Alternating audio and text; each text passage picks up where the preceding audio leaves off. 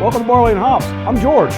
Hey, I haven't done this in a while, run the Turbo 500. Well, I've actually run the thing quite a few times. I just haven't done a video on it in quite a while. But I thought I'd do that today and let you watch the process. And it's real simple. It shouldn't really take that long. Here's what I got planned. You can hear it running already, and I'm sorry about the noise in the background, but it's already starting to heat itself up because I'm trying to take advantage of, time-saving measures, as I get my process going. And those time-saving measures are, something you put about a gallon in there, plug it in, and then start adding everything else that you want to add into that when you're doing what I'm doing. So that way it just starts to heat up just a little bit earlier, and I'm not waiting at the very end. What I've done is, my intent is to make a very good brandy. And as we all know, brandy is really nothing more than a distilled wine that's aged in an oak barrel, or by some means it's processed after, but it's primarily a distilled wine. So, but remember, if you're going to use, it's not for repurposing wine. If you use an old bad wine that you've ruined and you try to make a brandy, what you're going to wind up with is a bad ruined brandy. So you've got to use a really good quality wine. We've got several of them in the store here that I've collected over the years, some that I've made. A matter of fact, all these that we've made, different ones. We've got blueberry, cherry, peach, Pinot Grigio, Pinot Noir. So I've taken a collection of these that I've just had laying around, and I figured I'd repurpose them, and actually the purpose behind this is to make a brandy. So what I'm doing, I've got probably about two and a half, almost 3 gallons in there now, and I'm just opening bottles that I've had laying around here, and I've added them to my Turbo 500. The interesting thing about the interesting thing about this is that once this is all in here, I really don't know what the alcohol by volume is. I mean, I kind of have an idea because I know what each one of these bottles are. But look, I'm lazy like most everybody else, and I don't want to sit down longhand and try to add them up and try to come up with an average. I know that I'm going to have at least about an 11 to 12, maybe even 13% ABV in the final product here, because, gosh, some of these wines are as high as 17, some of them are as low as about 8. So it's really just a hodgepodge, kind of like a mix.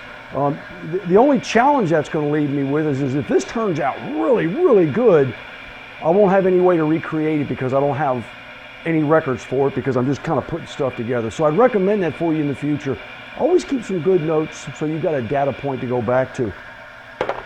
You'll notice that later on when we come back and we get this thing running and we start to show you how it's operating, you're also going to notice that I'm going to have, where did I put that? Here it is. I'm going to use this water flow regulator. It's just an accessory that can come with the Turbo 500. And the purpose behind this, and I'll probably mention this again later, but purpose behind this is it's just really to balance out that flow, because it's just a trickle of water that runs through this. And any interruptions in your house, someone flushes the toilet, the dishwasher comes on, it actually does change the pressure. As minute as that may seem, it changes the pressure in your lines. And so it does affect your column if you're running this in the house like you got it on the kitchen counter. So we put a water flow regulator in there, and what that does is it provides 100% control, and your pressure never changes. So once you get it set, you can sit back and watch a movie. So without further ado, I guess we'll see you here in probably 30-40 minutes when I get this all set up and everything. And as I get this set up, I'll turn the video camera back on and we'll watch the process. See you soon. All right, hey, welcome. I told you we get to this point, we've got it all set up right now. I've got the water pump running. Now what happens is see the Turbo 500, normally this is the blue hose, this is the cold water in. And of course you got the red hose, which is the hot water out. And this is where your distillate comes out and drops into your jar. Here's the controller, not the controller, the thermometer. And this is in centigrade, and right now it's at 23.3. We're going to work our way up to about 55. 57, we're going to hold it there. And what I've done is, now this thing produces 180 proof start to finish. It just goes at it. But if you want to control that, and I found a way, is to remove some of the packing that's inside here, the rashing rings or copper, and what I've got in here now are glass balls, like marbles, and a pack of copper. So what I'm trying to do is I'm trying to gain that value of having copper, but plus I'm trying to give it some more of a surface area in here for a minor reflux action. I don't want to go crazy. Now remember, there is a copper torpedo, reflux torpedo in here. So I'm going to get a lot of that reflux action. But what I found is when I do that and reduce that about 1/3 or so, that it starts to produce about 160 steady with a lot more flavor as opposed to the 180 stripped down. Now, the Turbo 500 comes with this controller, and what this is it's just a needle valve, and it's a very fine-tuned needle valve. And for those of you who've used this, you'll know that, I mean, you breathe on it and turn it, and it really adjusts the temperature. So this goes to the water spigot, and this one goes to the still, and that's how you control the temperature, is by the water flow. So what we've done, though, is we replace this with this. The same control valve, the needle valve, is here on top of the water control system. So what happens is, and you'll see in here, that this fills up with water, and then there's a float. When the float gets to the top, it just shuts off the water flow, but the pump continues to pump. So it's independent of the water system throughout your house or your garage or wherever you're at. So any interruption in the water system doesn't affect this. This just keeps on pumping.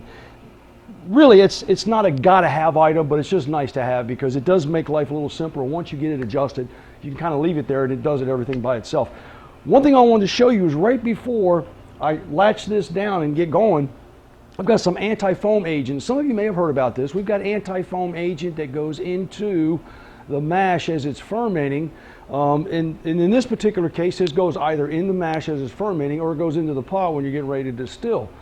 What it does is prevent it from over foaming and potentially, we've heard the term puke, where it builds up a little bit of pressure and it just kind of just goes and it shoots it out at you.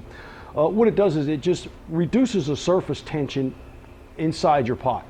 It's like take a bowl and put some warm water in it or cold water and sprinkle pepper all over it and take your finger and put it in some dish soap and just touch the water, and you'll notice that all of those pepper flakes will go and shoot away. What you've done is you've just reduced the tension area, the surface of that water, so all those pepper flakes go away.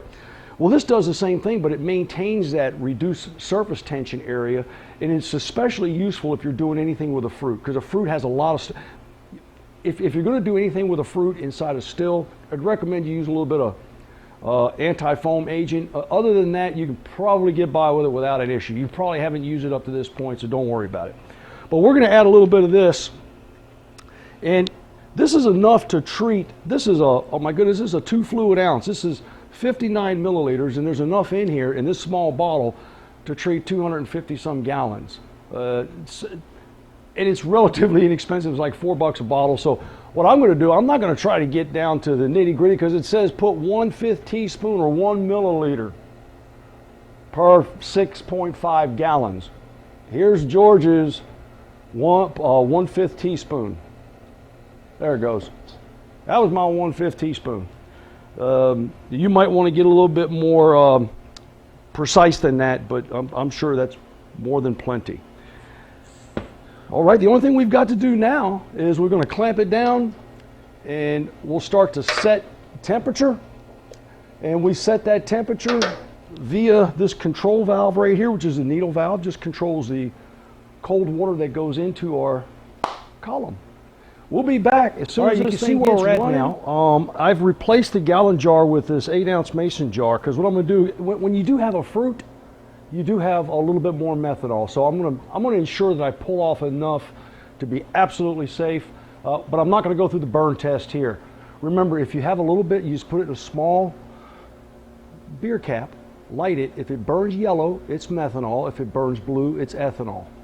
I'm pretty confident I know how much methanol is going to come out of here. And you'll see now that, wow, my temperature's way up. I'm sorry. I got sidetracked. This is just like a regular still. Once it hits about 40 degrees Celsius, it's going to fly. And this one's actually flown. And you can see I've got a run coming out of there. So here I am. I'm going to turn that water up and try to pull that temperature back down till I get it balanced. I just about got it balanced. It only took me about 3 or 4 minutes here. That was that little short break we took. Now, what I need to explain real quick, though, is that as I'm trying to track this temperature, see, I want to get around 55, 56, somewhere around there, degrees Celsius. There is a little bit of a lag. Remember that when I turn the valve, it's going to increase the water flow through this tube and into that torpedo. I've got to give it a couple of seconds for that torpedo to cool. It's going to cool that water, and then the water comes through here, and then it's measured. So what we're doing is we're actually measuring the output of this water as opposed to a traditional still where we would be measuring the head temperature. So we know that scientifically if we get the output correct, that head temperature's got to be perfect. So that's what's going on here. So if I increase the water flow, there's a delay, there's just about a 30-second lag. So if you're doing this, you'll find yourself chasing that temperature up and down, up and down. Give it a turn, give it a while, let it settle, give it a little bit more turn, let it settle, or vice versa, you go backwards if you turn it down. So right now I'm right at 54.9, 55, 55.1, 55.2, and it starts to go back down.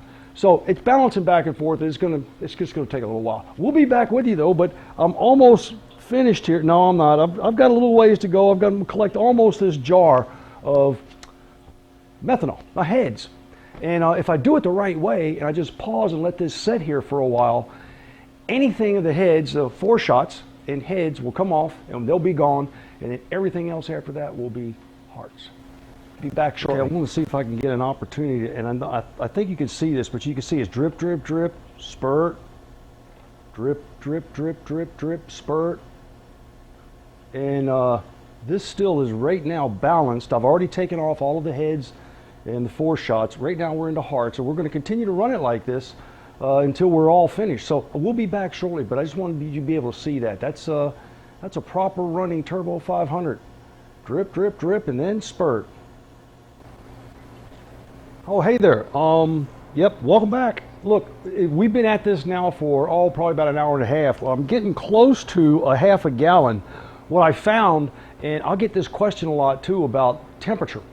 What I found is my intent was to run this at like 55, 57 degrees Celsius, but I have found that I've had to increase this to about 72, 71 or so to get it to run just right. I'm sure that has something to do with my adjustment and my packing.